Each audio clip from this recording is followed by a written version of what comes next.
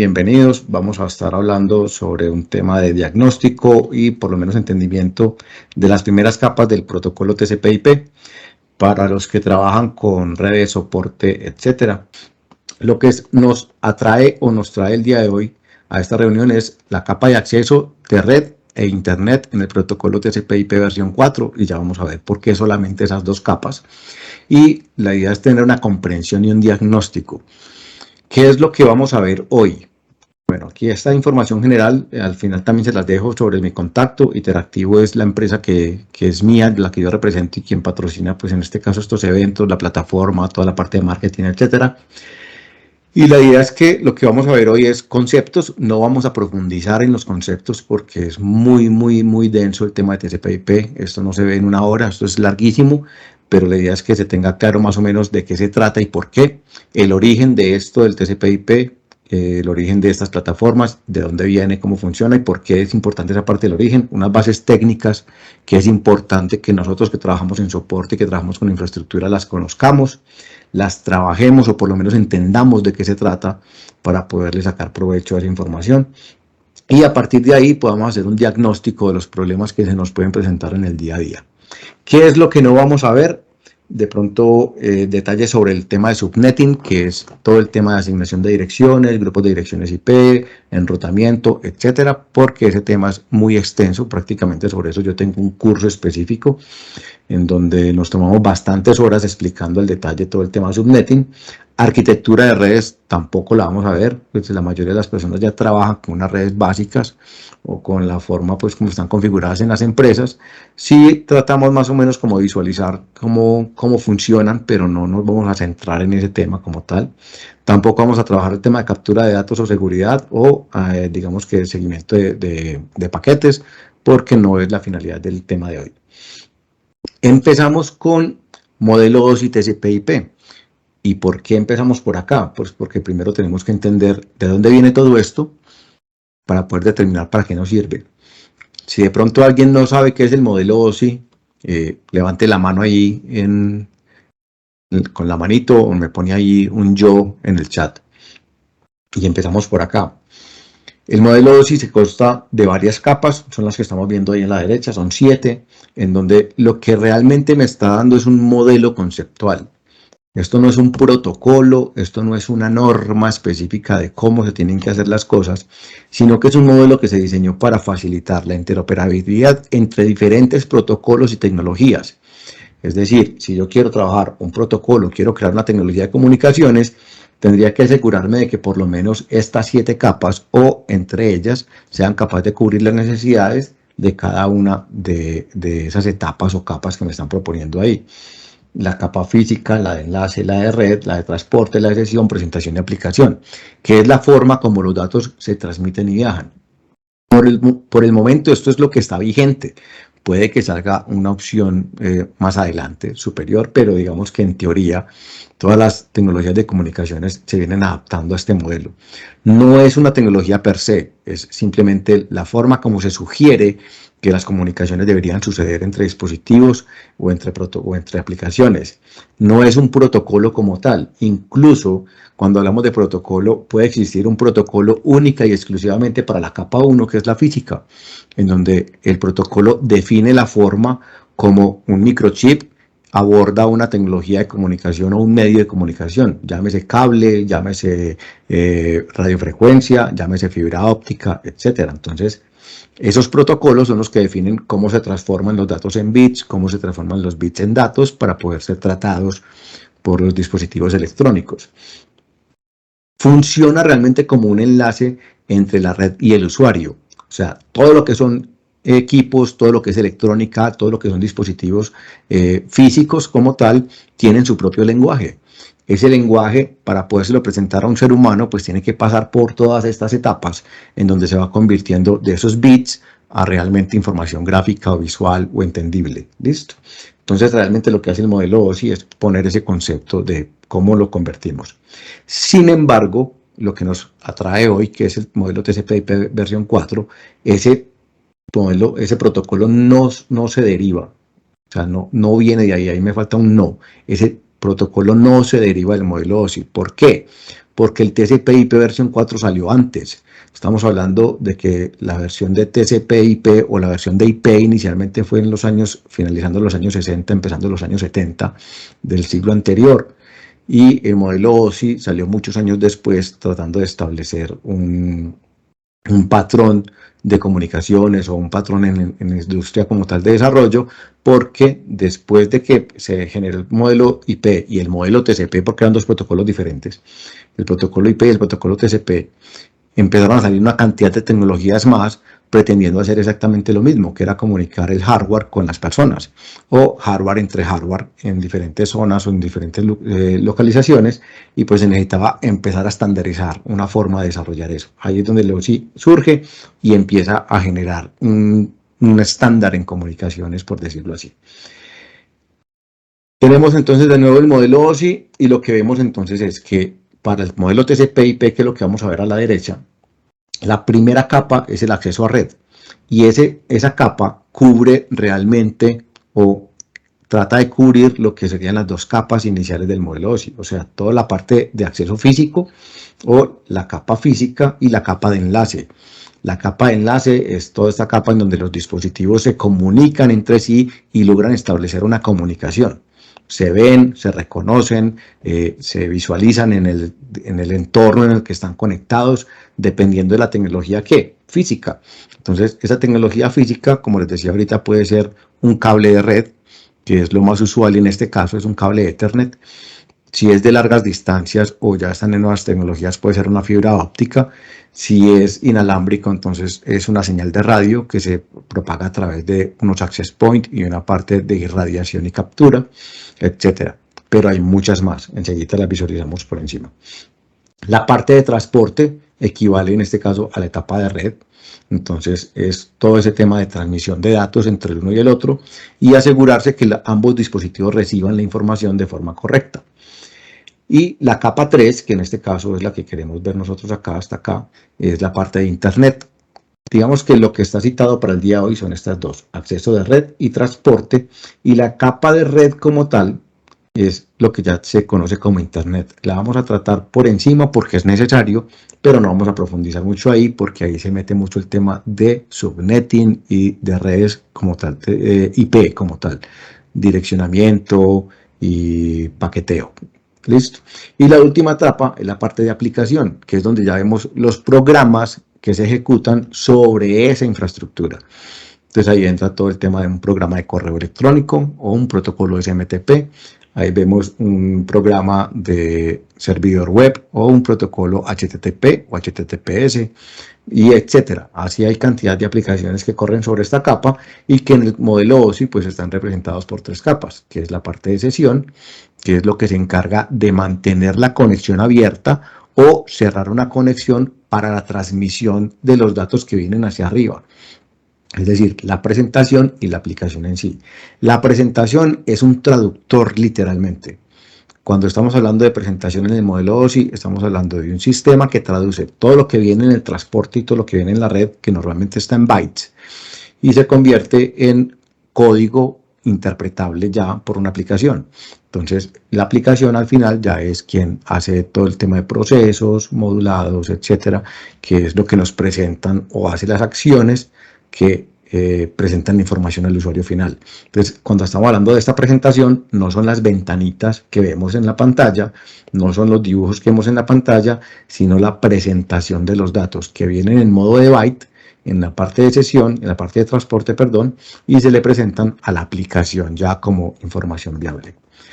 Cuando hablamos de PDUs, y este punto es importante, estamos hablando del formato que tienen los datos en la medida que van pasando en las capas. Entonces aquí estamos hablando de capas de medios, que son los medios de cómo se comunica esa información a través de esa conexión, y la capa de host, que es ya a partir de la capa de transporte o cuando estamos hablando a nivel de IP hacia arriba. En este caso, ¿qué vamos a ver? Vamos a ver estos tres niveles de abajo.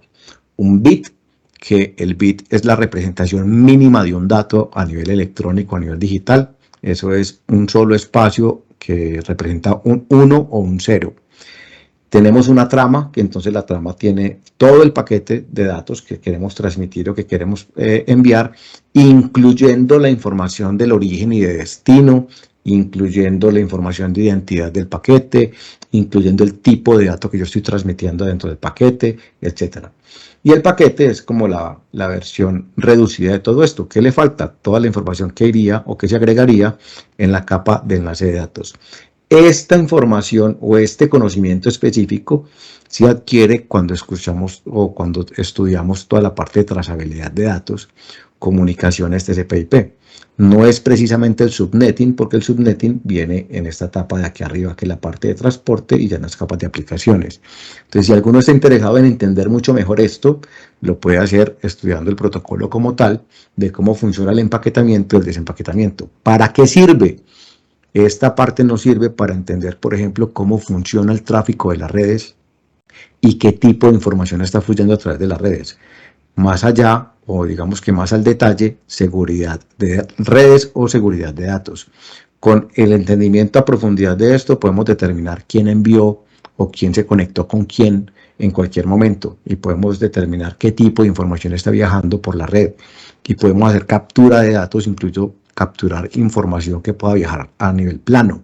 Por ejemplo, si estamos navegando en un sitio web que no tiene un certificado SSL, tenemos la posibilidad de capturar esos datos desde la red y rearmarlos o reconstruirlos en otro equipo y simplemente leerlos. Eso porque somos capaces de identificar esta trama. Entonces, a nivel del TCP/IP, que es esta última columna que está acá, la capa de acceso, entonces se trata de manejar las tramas y los bits. Y la capa de Internet se encarga de manejar los paquetes, que de pronto alguno puede estar muy relacionado con esto, si ha trabajado a nivel de desarrollo web o ha trabajado soportando aplicaciones web o ha trabajado ya con soporte de redes, porque cuando usted hace un ping, por ejemplo, él le dice tantos paquetes enviados, tantos paquetes perdidos. Ahí está hablando a nivel de paquetes, no se habla a nivel de tramas ni se habla a nivel de bits. Y cuando estoy trabajando con HTTP, también lo que yo hago es un envío de paquetes y él me está diciendo qué tanto pesan o funcionan esos paquetes. Hay que hacer una diferenciación, y es que un bit es la unidad mínima, pero un byte son 8 bits. Y esta es la forma como normalmente viajan las tramas, o como viene configurado el tema de tráfico para las redes. Todo se empaqueta en bytes. ¿Listo? Al final, pues lo que se transmite por la capa física son bits, o sea, unos y ceros. Y ahí, cuando estamos hablando de transmisión de medios a través de cobre, entonces llámese coaxial, llámese UTP, patchcore, etcétera, ahí lo que estamos enviando son señales eléctricas muy corticas, en donde él simplemente es capaz de interpretar los cortes, como si fuera un código Morse. Envío tantos valores para un 1, para un 0, y eso es lo que se interpreta al otro lado, en esa ventana de tiempo que él tiene. Cuando lo estoy haciendo con fibra óptica, es con la luz prende y apaga a cierta velocidad, y eso es lo que le está interpretando a él cuántos bits está enviando en una determinada ventana de tiempo, que es lo que se mide como un byte. Y cuando estoy trabajando con frecuencia electromagnética, lo mismo son las ondas y la forma como llegan esas ondas, las que se miden tanto por la recepción como por el envío. Aquí en la capa de Internet ya estamos hablando de IP, y es donde se encarga de del direccionamiento de los datos y de entregarlo en el destino correcto. IP es capaz de determinar si el paquete llegó o no llegó correctamente, y es capaz de determinar el origen y el destino hacia el cual se va a entregar el paquete. Por eso fue que cobró tanta importancia cuando la generación o la creación de Internet, porque se necesitaba tener confianza, confiabilidad sobre la información que se estaba enviando hacia los demás. Entonces, siempre que nosotros estamos hablando, en este caso, de verificar la entrega de los datos o la conectividad, o cuando yo tengo una falla o un error en el sistema porque se perdieron los datos, es porque algo me está fallando a nivel de esta capa, y puede que no esté llegando a nivel correcto. Entonces, si las aplicaciones son lo suficientemente inteligentes para identificar ese tipo de fallas y de notificármelas, o yo tengo la suficiente información o acceso a nivel de los dispositivos para determinar que esta capa está fallando, entonces puedo hacer un diagnóstico mucho más efectivo. En esta capa de transporte, entonces vienen otros dos protocolos, que es el TCP, que digamos que es una forma de empaquetar la información, en donde el protocolo en sí se asegura de que el paquete llegue completo, de que no llegue duplicado, y de que obviamente al no tener duplicidad, pues entregue lo más rápido posible, ¿cierto? Entonces, se establece la conexión antes de los envíos. O sea, él viene y a través de este protocolo IP dice, listo, mi destino va a ser cuál, abre una comunicación, establece esa comunicación y una vez está establecido ese canal, envía los paquetes. Mientras que el otro protocolo que corre por acá, que también lo han visto mucho, es UDP, es un protocolo que se determina no confiable porque este protocolo no hace todo ese proceso de establecer una comunicación, sino que simplemente emite los datos a la red y en la red simplemente se mueven y se van capturando dependiendo de la necesidad o dependiendo de quién esté escuchando. Entonces, aquí no hay una seguridad, por ejemplo, de que los datos lleguen completos. Por eso, digamos que el UTP es más rápido para transmitir datos que el TCP. Se utiliza mucho cuando estamos trabajando tecnologías audiovisuales. Todos los protocolos de multimedia prácticamente, el RSTP, que es el protocolo de transmisión de medios, funciona sobre UDP y necesitan apertura de puertos UDP. Cuando estamos configurando cámaras de videovigilancia o cámaras IP para ser monitoreadas, por lo general lo que me piden es acá una apertura de puertos UDP, porque por ahí viajan mucho más rápido los paquetes de video y de audio, por ejemplo. Entonces, a pesar de que él no se asegura de que los paquetes se entreguen sin ningún problema, sí es capaz de transmitir información a alta velocidad. Pero entonces eso lo que causa es muchas veces el pixelado, que la información no llegue completa, el cuadro a cuadro, y ahí es donde las tecnologías de multimedia pues se diferencian, en donde ellas son capaces de manejar ese tipo de pérdida de datos y optimizar la calidad del video o la calidad del audio, tienen mucha mayor ventaja utilizando ese protocolo. ¿Listo? ¿Por qué es importante entonces eso? Por esto. Si yo llevo eso a nombres reales, entonces voy a encontrar, este es el OSI a la izquierda, este en la mitad es el TCP/IP, y lo que encuentro son las tecnologías de comunicaciones, aquí no me voy a detener mucho, donde tengo Ethernet, que normalmente son los cables, la fibra, etcétera, Token Ring, que ya casi no se ve, pero todavía hay tecnología sobre Token Ring, que es simplemente un anillo, en donde yo simplemente voy pasando quién puede hablar y quién no puede hablar, ATM, y Frame Relay, que ya son otro tipo de tecnologías para la comunicación de largas distancias. Y sobre esto, en la capa de red, pues vemos protocolos como la ARP, el IGMP y CMP, que tal vez lo vamos a ver hoy ahorita, y la IP como tal, que es lo que mueve acá. Y sobre esto, entonces ya sí vienen los paquetes, que son los datos que yo estoy enviando y recibiendo. Hasta aquí yo estoy estableciendo comunicaciones. De aquí arriba está ya la información en sí. Y de aquí hacia acá, pues se vienen en los modelos, en los paquetes UDP que les estaba mostrando ahorita. Entonces, aquí va a pasar un paquete y ese paquete aquí se va a convertir en una trama y en un bit para poderlo transmitir a través de este sistema, pues como tal físico. Entonces, aquí tengo los cables de red, fibra óptica, tarjetas de red, los API inalámbricos, el Bluetooth. Aquí tengo entonces el switch de capa 2, las tramas, las direcciones MAC, que ahorita vamos a ver de qué se trata, y el switch de capa 3, que un switch de capa 3 es necesariamente un router. Entonces, cuando a ustedes les estén diciendo que tienen un switch de capa 3, casi nadie lo dice, pero realmente estamos hablando de router. Y ahorita vamos a ver por qué. Listo. ¿Cuáles son los problemas más comunes de la capa 1? Lo más común que se encuentra acá es puertos desactivados en el switch. Por ejemplo, hay switches de capa 2 que se encargan pues de hacer la comunicación donde yo conecto los cables UTP, que tienen la facilidad o la capacidad de desactivar puertos. Entonces, el switch como tal tiene unas capacidades de capa 2, pero me cubre la capa 1, que es la conectividad, es decir, donde yo conecto el cable. Si ese puerto está inactivo, pues no tengo comunicación. Y muchas veces en el momento del diagnóstico no consideramos ese tipo de cosas. Si el switch es administrable, entonces tengo que revisar que los puertos de ese switch estén activos y que estén funcionales. El puerto puede estar dañado, o sea, físicamente puede tener un problema, puede haber estado quemado, puede tener una falencia. Cuando ese tipo de daños pasan, lo más recomendable es cambiar el switch completo porque va a afectar el switch completo. Entonces, si yo conecto un cable de red que sé que está conectado bien al otro lado, que tiene señal a un switch y ese switch no me da ninguna señal, entonces puede ser o que está desactivado el puerto o que el puerto está malo. Si ya confirmé que no está desactivado o que ese switch no tiene gestión, sino que simplemente se conecta, entonces puedo definir que hay un problema físico y tengo que hacer el reemplazo como tal del switch. Dispositivo apagado, uno de los dos puntos.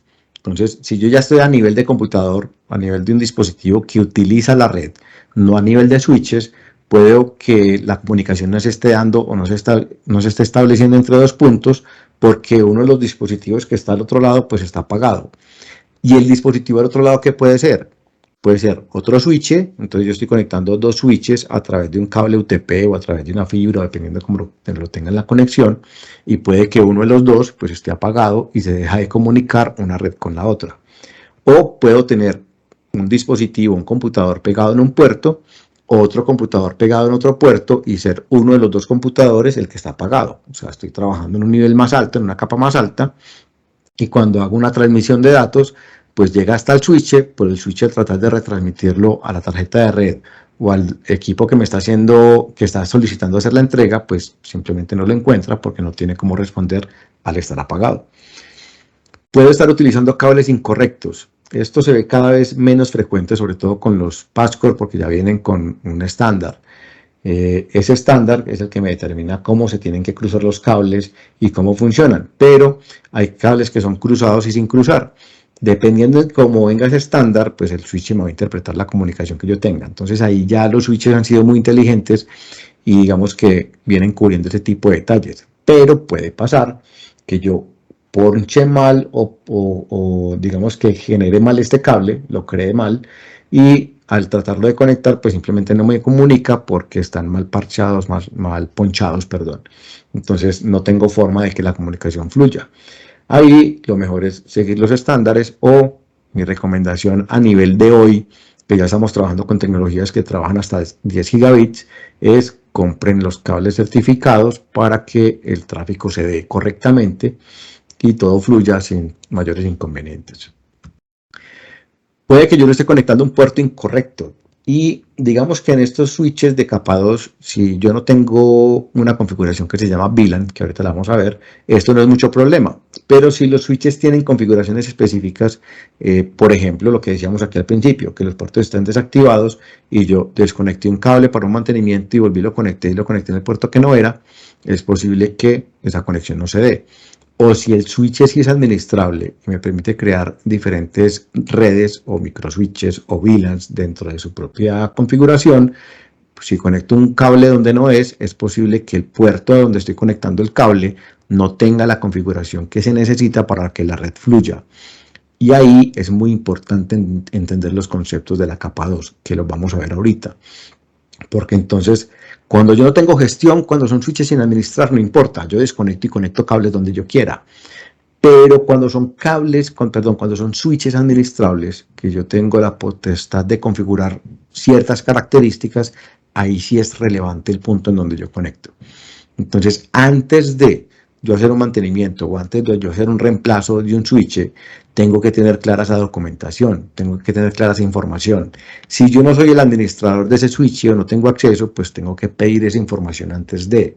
Si el cliente no la conoce o no tiene acceso, entonces hay que hacer una evaluación, utilizar otras herramientas para ver cómo está funcionando esa red antes de desconectar o asumir de una vez que toca volver a hacer toda la configuración del switch y toda la configuración de la red, porque si lo desconocemos, pues no lo podemos volver a conectar como se debe y no podemos configurar la red como debería funcionar. Ese punto es muy, muy importante. Muchas personas simplemente asumen que los switches no son administrados, desconectan y conectan otra vez en cualquier orden. Y ahí en ese desorden se pueden perder comunicaciones y se pueden perder servidores, etcétera, porque simplemente no hay rutas que le permitan seguir. Cable de red desconectado. Estos cables de red vienen con unos clips al final en la cabecita, que es como yo los poncho acá. Muchas veces ese clip se quiebra o se revienta y cuando yo lo conecto en el switch, pues la tensión misma lo saca, lo desconecta. Entonces ahí pierdo conectividad. Lo importante es, si yo estoy haciendo diagnóstico, pues voy y me fijo en el switch. Normalmente todos los switches tienen indicadores de LED que me dicen cuando un puerto está funcionando o no está funcionando. Y ahí también hay un truco y hay que revisar la documentación de los switches, pero la gran mayoría, casi que el 90%, 99%, tienen, digamos que un estándar, y es que cuando están iluminados en verde los LEDs, quiere decir que la comunicación entre el switch y el otro switch, o el switch y el dispositivo, se está dando a 1 gigabit. y cuando se hace anaranjado, entonces funciona a 100 megabits. Eso con los switches de giga. Cuando estamos hablando con switches de 100 megas, entonces todos son verdes o todos son anaranjados, y ahí no importa la diferenciación.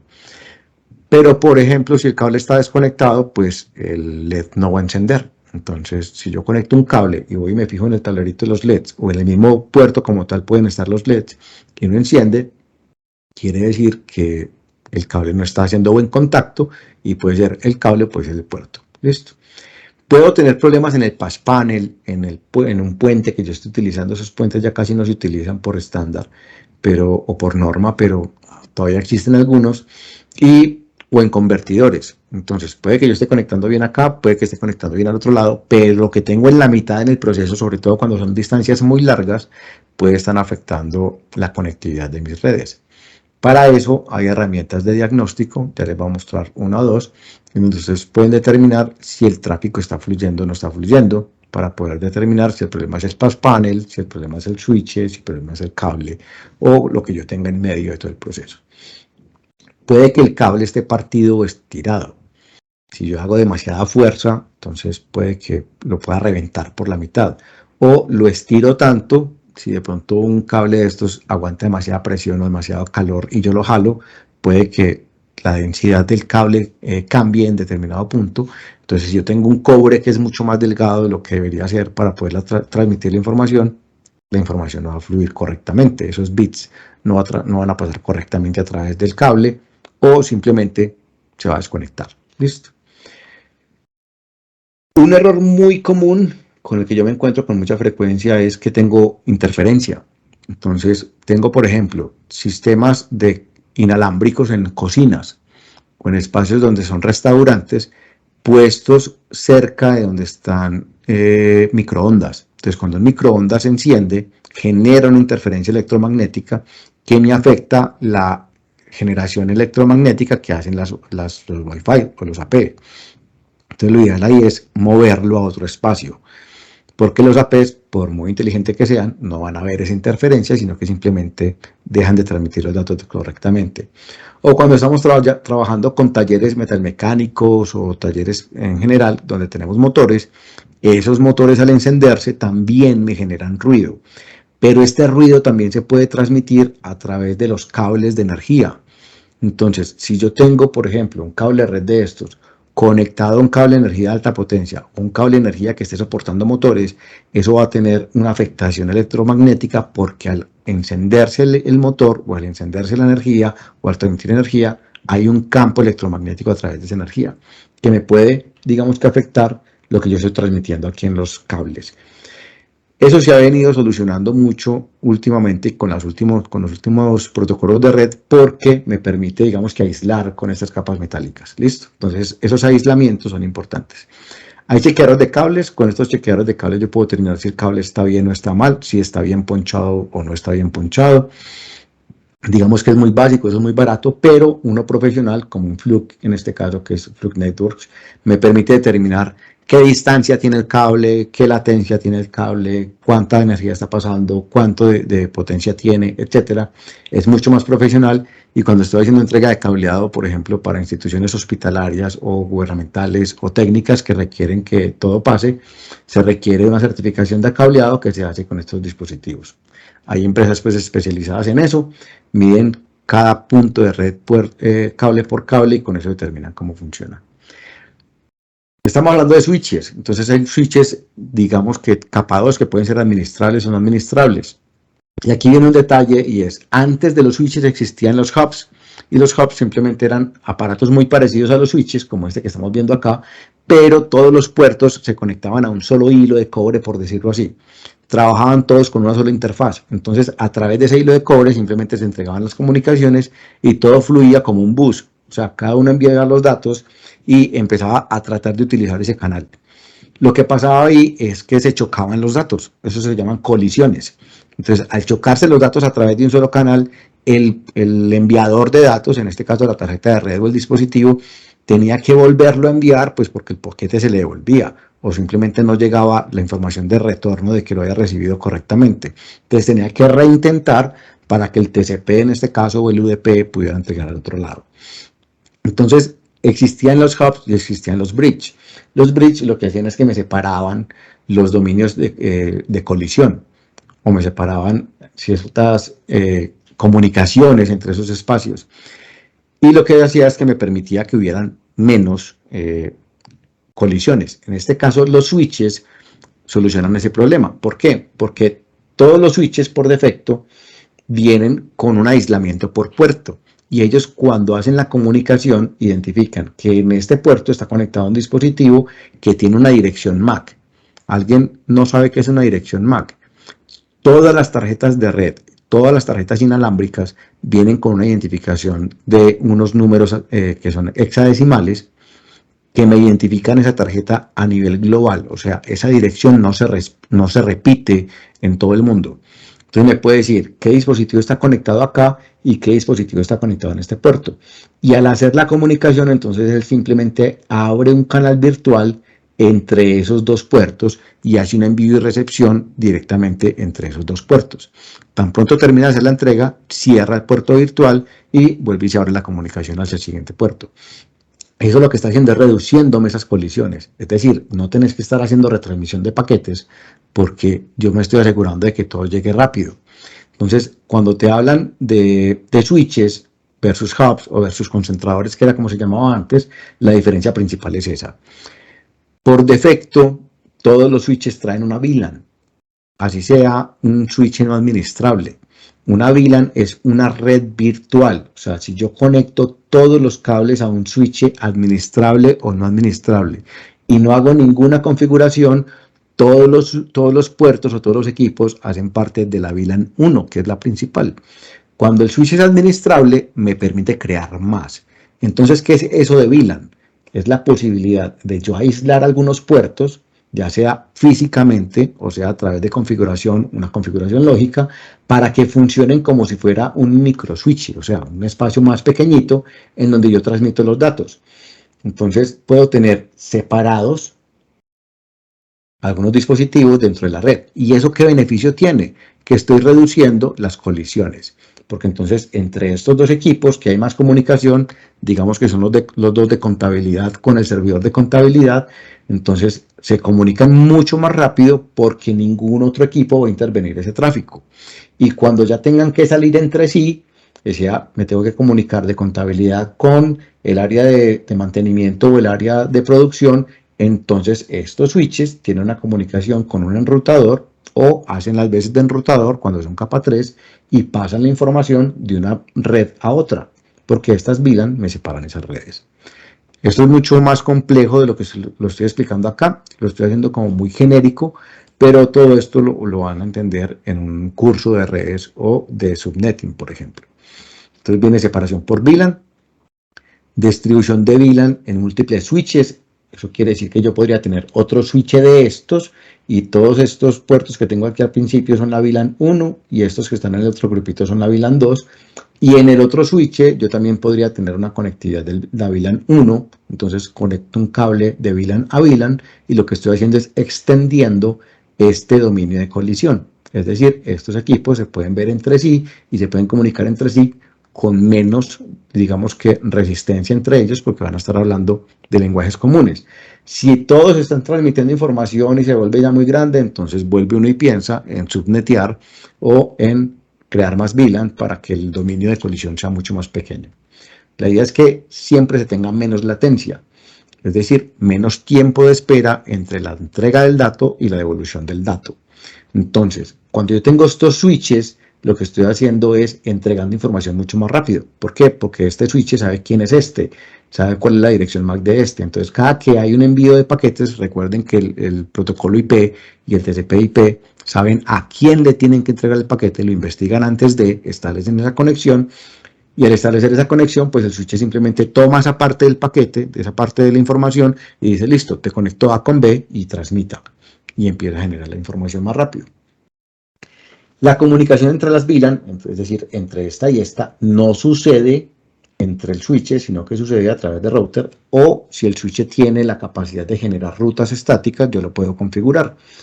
Eso se puede visualizar en las características de los switches. Entonces, por ejemplo, cuando ustedes vayan a comprar un switch o vayan a adquirir un switch, Aquí les tengo, por ejemplo, esta. Yo puedo venir aquí a mirar, esto es una característica de un switch Aruba. Entonces, en las características, miren que ellos tienen aquí unas opciones. Switch de capa 2, entonces, ¿qué es capaz de hacer en capa 2? Y qué es capaz de hacer en capa 3. Y mire, aquí me está diciendo enrutamiento de capa 3. Ah, este switch lo puede hacer. Y me dice que es capaz de generar 256 rutas estáticas y 10.000 ya en RIP, etc. Entonces, con estas características, yo sé qué puedo hacer con un switch cuando tengo que trabajar con VLANs y qué puedo comunicar o no puedo comunicar. Listo. Hay diferentes tipos de VLAN. Entonces yo tengo VLAN de puerto físico, que es estos puertos físicamente se aíslan y solamente funcionan por una VLAN. Por dirección MAC, entonces yo voy haciendo direcciones MAC de cada una de estas y las convierto en un switch virtual, por decirlo así. Por protocolo, entonces yo digo todo lo que diga TCP/IP es esta, todo lo que diga NetBEUI es esta, todo lo que diga ICMP es esta, entonces con eso yo la voy separando y de ahí para arriba, dependiendo de las capas que hayan, hay más tipos de VLAN. Las más comunes son por puerto y por MAC y ya en este momento por protocolo, cuando estoy trabajando con switches administrables. Una VLAN puede ser física, o sea, pues yo la puedo tener aquí mapeada, entonces todo lo que yo conecte directamente sin ninguna configuración automáticamente pertenece a esa VLAN. Pero también puedo tener VLANs mapeadas, perdón, tagueadas. Es decir, que yo en el dispositivo de red, en donde tengo el enlace, llámese puerto de red, llámese teléfono, llámese conexión, puedo configurar para que en la dirección IP se registre en una VLAN específica. Entonces él se va a mover como que esta es la capa principal y por encima de esa capa va a mover un segundo hilo de datos que se va a mover con esa identidad de VLAN. Entonces yo las puedo taguear y esas VLAN se van a comunicar físicamente por un medio, pero digitalmente por diferentes canales. Eso es como una multiplexación del canal que yo tengo. Y se utiliza mucho cuando tengo, por ejemplo, telefonía IP y tengo información presentada a nivel de la red. Listo, perdón. Tengo telefonía IP y tengo un computador que también está consumiendo la dirección de red, pero con un solo cable. Separo la comunicación del teléfono por una VLAN y la del computador por otra para poder entregar calidad de servicio. Problemas comunes en la capa 2. Inconsistencia en duplex. Casi no se ve, pero los equipos son capaces de conectarse a full duplex o a half duplex. Esa es la forma como simplemente manejan las colisiones y la velocidad de acceso. Es menos común. Digamos que es muy específica, pero todavía puede llegar a pasar. Conectividad entre switches. Lo mismo que hablábamos ahorita. Uno de los dos está apagado o tiene problemas. Error en la tabla de direcciones MAC. Eso pasa cuando de pronto el switch no tiene la capacidad de regenerar las tablas muy rápido. Aquí la solución es, si yo tengo un dispositivo que cambia de dirección IP y en el sistema no se actualiza o no se muestra, quiere decir que alguno de los switches se quedó con la dirección MAC y la IP amarradas en otro dispositivo. Ahí lo más recomendable es apague y vuelve y prenda, porque las direcciones MAC o el direccionamiento MAC es tipo RAM, por decirlo así. El vuelve y lo genera cada vez que el switch se enciende. Muy pocos tienen esa memoria para guardar en el tiempo. Si tienen memoria, entonces son administrables y yo puedo entrar a la administración y borrar la tabla. Esa tabla se llama tabla ARP. Entonces yo borro esa tabla y con eso vuelvo y lo construyo. ¿A alguien le suena el protocolo ARP? Tengo un loop. Cuando tengo un loop en un switch, eso quiere decir que conecto en una sola VLAN, en un solo espacio, un cable en un puerto y otro cable en el otro puerto, en la misma VLAN. El switch por lo general se deshabilita porque estoy generando un circuito dentro del mismo switch, entonces simplemente se cierra.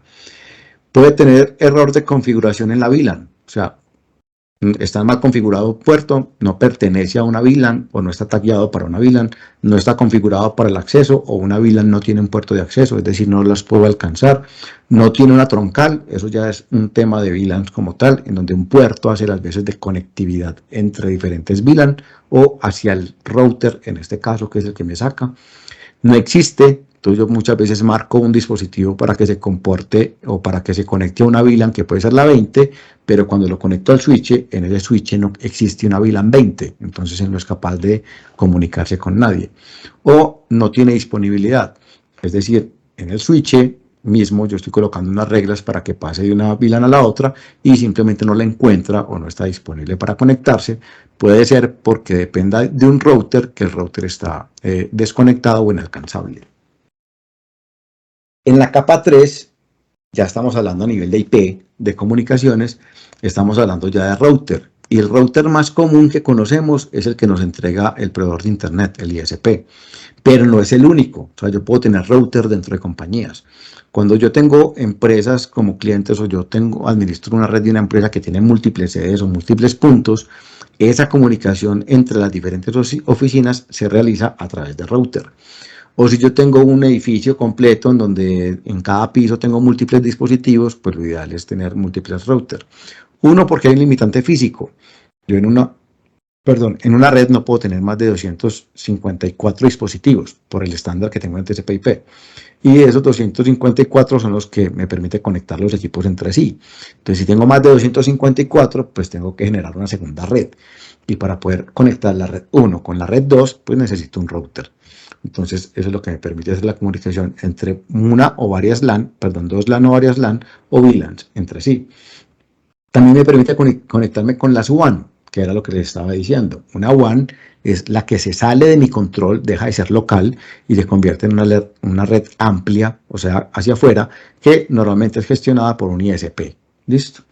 Define la ruta a través de la cual otra red es alcanzable. Yo en los routers es donde establezco, venga, si mi red es la 192.168 tal, y usted está queriendo alcanzar la 190, 125 tal, entonces tiene que seguir este camino para poderla encontrar.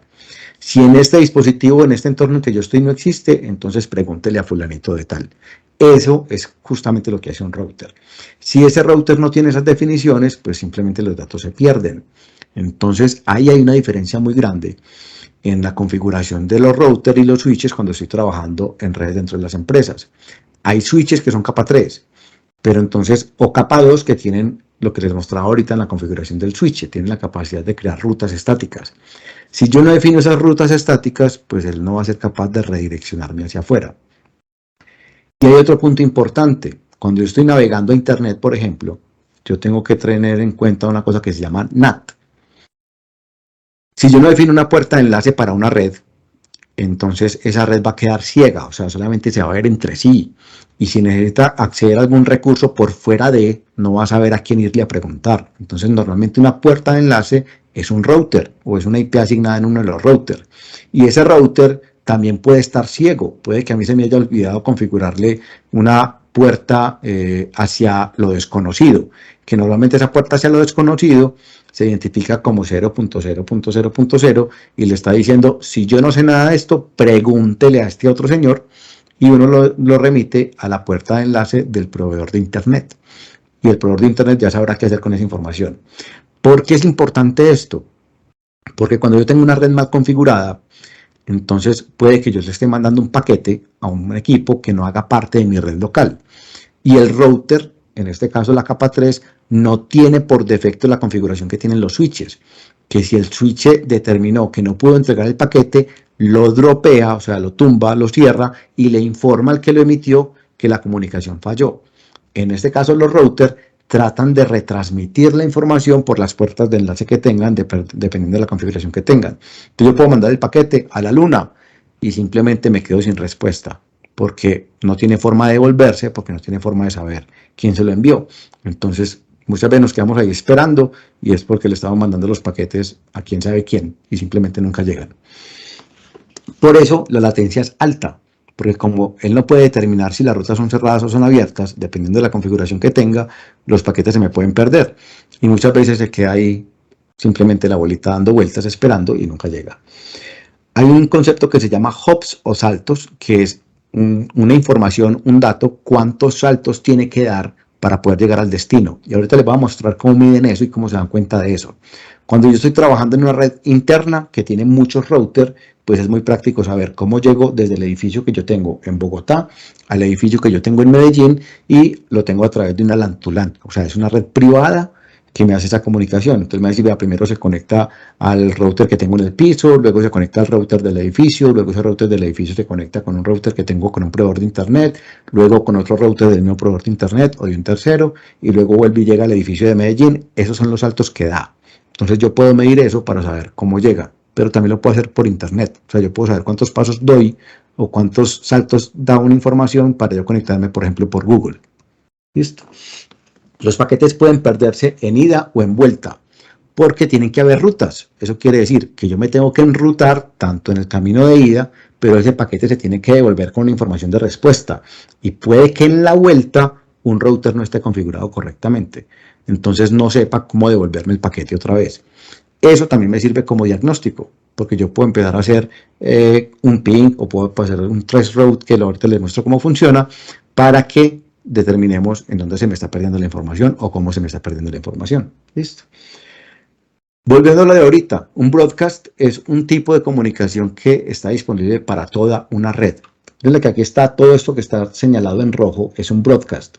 Una dirección, por ejemplo, que se asigna por DHCP funciona en broadcast. Un ICMP funciona en broadcast, o sea, un ping o un traceroute funciona sobre broadcast. Y es una dirección IP dentro de la red que se reserva para este tráfico. Eso lo escuchan todos, o sea, es una ruta, una autopista que tiene como un borde y en ese borde todo el mundo está pendiente de lo que está pasando y esa comunicación va para todo el mundo. Esto se ve específicamente en subnetting, ¿listo? Y tengo dominios de colisión, que entonces si lo ven, miren que aquí el único que rompe el broadcast es el router. O sea, entre los switches como tal, todos los switches que estén conectados entre sí tienen un solo broadcast, pero cada switch o cada hub tiene sus dominios de colisión. Aquí está lo mismo. Este es un gráfico muy viejito, aquí todavía estamos hablando de hub, pero los switches hacen exactamente lo mismo. Esto puede decirse que es un puerto y este es otro puerto del switch. Y aquí adentro pues tengo comunicaciones entre dispositivos. Ya expliqué los dominios de colisión y aquí entra en importancia el subnetting. Si yo tengo redes muy amplias, muy grandes, tengo que partir esas comunicaciones a nivel de IP para que solamente busquen comunicarse hacia afuera o hacia otras redes cuando sea estrictamente necesario. Y para yo poder controlar esos volúmenes de tráfico que se están moviendo entre switches o entre routers, porque entonces los saturo con la cantidad de información que hay. Y eso también es importante tenerlo en cuenta porque a veces nos quemamos. Quien no tenga claro qué es el subnetting o nunca lo haya escuchado antes, aquí les doy más o menos un reflejo de qué se trata. Y es una dirección IP está compuesta, en este caso en versión 4, que es lo que estamos viendo hoy, por 4 octetos, que son la configuración de estos números de acá. ¿Octetos por qué? Porque cada dirección tiene estas 8 unidades, o sea, un byte, ¿cierto? Y cada una, dependiendo de la posición que tenga, toma una dirección o un número. Y eso es lo que me construye una dirección IP. Pero cuando estamos hablando de subnetting, la subred, o sea, esta parte de acá abajo, que es la que ponemos 255, 155, 255, 0, es la que me determina cuántos hosts o cuántos dispositivos están conectados o se pueden conectar a esa red. Cuando la pongo en 0, quiere decir que tengo 254 opciones. Tengo todos estos dispositivos disponibles. Cuando le pongo un número, en este caso 192, entonces aquí me está diciendo que solamente tiene 128 disponibles porque la 64 sería, 64 disponibles porque la 64 sería la que está asociada a la red, o sea, yo estoy en la red 192.168.1.64 y mi broadcast, que es la IP, el bordecito por donde viaja la información para todo el mundo, es la 127. Esto es subnetting. De esto hay un curso completo, el que esté interesado lo podemos discutir al final o yo les voy a mandar más información adelante porque queremos hacer uno, no sabemos si a finales de marzo o en abril, listo. Para entender todo ese tema de comunicaciones por subnetting, listo. Aquí, ¿qué es lo importante? Que con el subnetting y con el direccionamiento IP yo estoy definiendo la red, en este caso aquí está la identidad de la red, y estoy definiendo el broadcast y defino quién es la puerta de enlace. O sea, yo cojo una dirección de estas y se la asigno a un router, estas que están acá entre el primer host y el último host, y se la asigno a un router y es lo que le defino a todos los demás como puerta de enlace. En Windows y en Linux, cuando ustedes configuran los equipos, ahí les dicen puerta de enlace tal, DNS tal, listo. Se limita la cantidad de dispositivos y se limita el broadcast que tiene, o sea, el ruido que se genera por esta dirección de acá, por la cantidad de dispositivos, y me controla el flujo de datos hacia otras redes. Aquí vemos la conectividad entre routers, entonces aquí son direcciones estáticas, aquí tenemos un router, aquí vemos otro, y entre este y este punto, aquí hay una configuración que le dice, venga, si usted está buscando una dirección que es la 192.168.40, este router es el que sabe cómo se llama. Entonces aquí yo le digo, cuando esté buscando una dirección por fuera de esta 209.165, pregúntele a este señor. y el tráfico viaja hasta acá y ya él determina si tiene conocimiento o no para transmitirlo hacia este switch. O si no está en esta red, sino que está en la otra, entonces la respuesta sería, vea, busque este. Pero ¿qué pasa si no está en ninguna de estas redes? Que le di un salto, 2 saltos, 3 saltos, 4 saltos, 5 saltos, nunca lo encontré y este cliente que está acá se quedó esperando la información. Entonces, por eso es importante yo tener claro cómo funcionan las rutas estáticas y las redes que tengo para no cometer ese tipo de errores. ¿Hay switches que tienen rutas dinámicas? Sí, se pueden crear, los de última generación son capaces de hacer eso, incluso ya hay unos que trabajan sobre IA, pero por lo general todos son rutas estáticas y se basan en tablas de enrutamiento. O sea, si estás buscando esta IP, pregúntale a este señor, que esos son los routers los que van ahí. Hay rutas no definidas o al infinito, entonces cuando no sé cuál es, siempre debo definir una puerta de enlace específica y por lo general esa puerta de enlace es hacia Internet. Pero si yo tengo una red que no va hacia Internet, entonces esa puerta infinita no existe. Siempre tiene que ser una puerta definida. ¿Listo?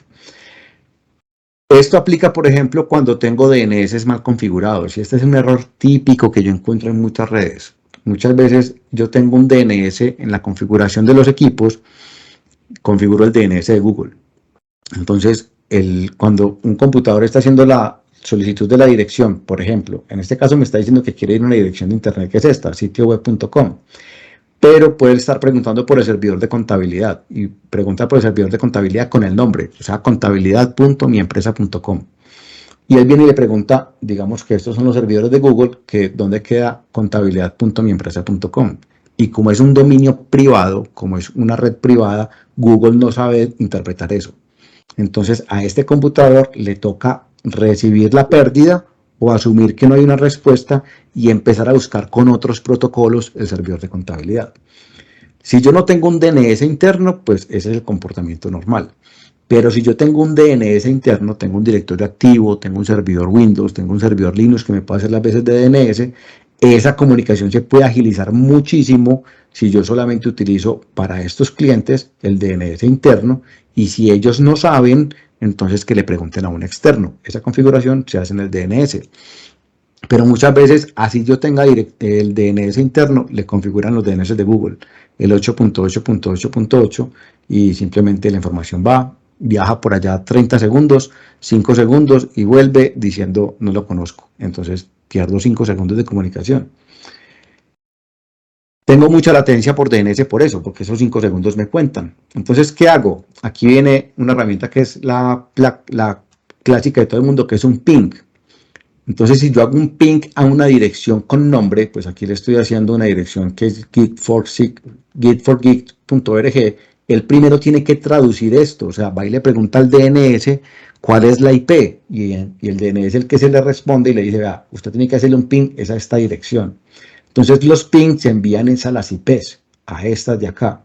Es decir, él envía un paquete de datos a través de un protocolo que se llama ICMP, y ese paquete lo que hace es un eco, o sea, él va hasta allá y viene y me responde. Yo puedo tener firewalls en la mitad que me bloqueen ese tipo de tráfico. Por lo general se hace cuando son servidores con información, digamos que relevante y que no me interesa que sean detectados. Pero dentro de las LAN, dentro de las redes, yo sí puedo tener el puerto habilitado para que yo verifique si los equipos tienen conectividad o no.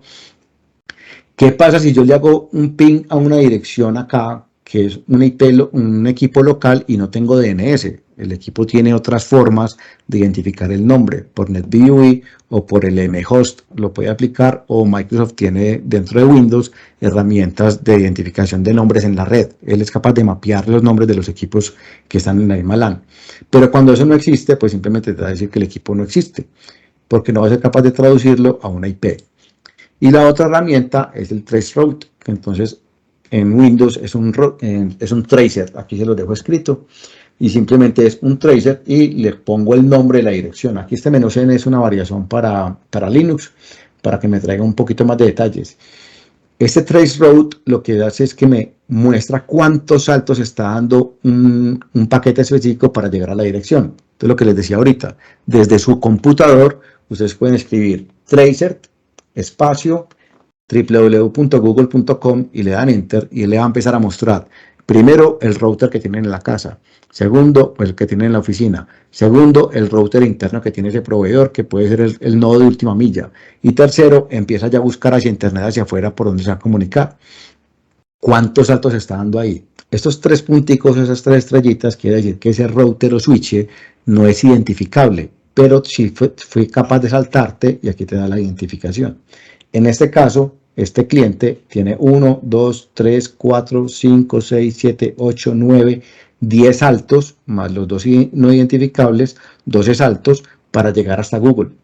Entonces esto también me puede determinar cómo funciona mi red cuando yo lo hago midiendo los saltos internos de los routers o las salidas hacia internet. Hay otra herramienta que en este caso es para los DNS, que se llama NSLookup, que lo que me hace es ayudar a identificar el DNS y el registro de la caché o el listado de direcciones. Yo simplemente escribo NSLookup, este es el comando para Windows, él me abre este comandito acá que es como un mayor que, y yo ahí puedo colocar el nombre o la dirección que estoy buscando y él me va a decir qué servidor es, o sea, cómo se llama, quién me lo responde y cuál es la IP que tiene. Y me va a decir, venga, este es el servidor DNS que le está respondiendo a usted y la dirección que encontró en ese DNS a través propia o de terceros fue esta. Entonces ya me devuelve los datos. Listo. Con estas tres herramientas, con este SMP, con ese traceroute y con este NSLookup, yo puedo identificar problemas de comunicaciones a nivel de capa 3, o sea, la red básica que tenemos en las empresas. El ARP me determina el enlace entre las IPs y las MAC. Entonces, lo que les decía ahora, muchas veces pasaba, ya casi no pasa, que uno conecta un dispositivo nuevo, ese dispositivo nuevo va y conecta con una IP, pero esa IP puede estar ya enlazada a otra MAC. Entonces, muchas veces cuando hacemos un ping, quien nos responde es el equipo viejo y no el nuevo. Entonces, si yo tengo dudas de eso, en Microsoft, en Windows, yo puedo correr este comando que es ARP-A, creo que en Linux es igual, y él me va a decir, vea, esta IP está asignada a esta MAC. Y yo en los computadores, si le hago un ipconfig/al o un ifconfig en Linux, puedo determinar cuál es mi MAC, tanto para la conexión inalámbrica como para la conexión cableada. Entonces puedo determinar si la IP que yo tengo asignada en ese dispositivo, si está asignada a la MAC correcta. Y si no, entonces el ARP tiene comandos para borrar la tabla, borrar un registro o actualizar el registro. Yo puedo borrar esto completo y simplemente él vuelve y lo registra. En los DNS también hay registro y también se puede visualizar con el ipconfig y también lo puede borrar para que no me guarde ahí el registro de los equipos anteriores. Este es un protocolo de capa 2, pero se usa en capa 3 y obtiene información de la capa 2, o sea, esta, que es una SMAC. Y por eso me sirve para diagnosticar problemas de conexión.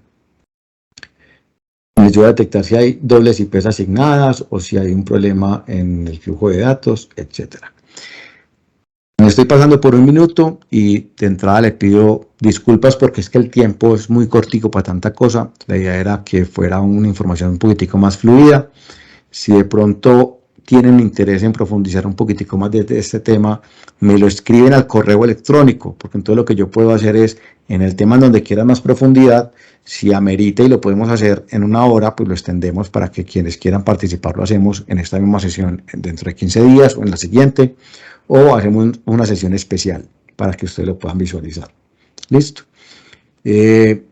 Importante, muy importante, siempre veo los mismos errores cuando estoy brindando soporte. Yo casi siempre brindo soporte a nivel de segundo nivel en las empresas, y la persona que da el soporte de primer nivel no tiene ni idea cómo diagnosticar un problema de cableado, o no tiene ni idea cómo funciona un ping, como lo acabamos de ver acá, o por qué un ping es importante, o por qué hacer un traceroute es importante. Entonces, al entender estos conceptos, lo que nos estamos teniendo es más herramientas para decir, venga, a nivel de redes, todo está bien. El problema se encuentra a nivel de aplicación, o sea, de esa tercera capa hacia arriba. Está mal la aplicación de contabilidad, está mal el servidor de base de datos, está desconectada la base de datos, hay un servicio que está apagado, etc.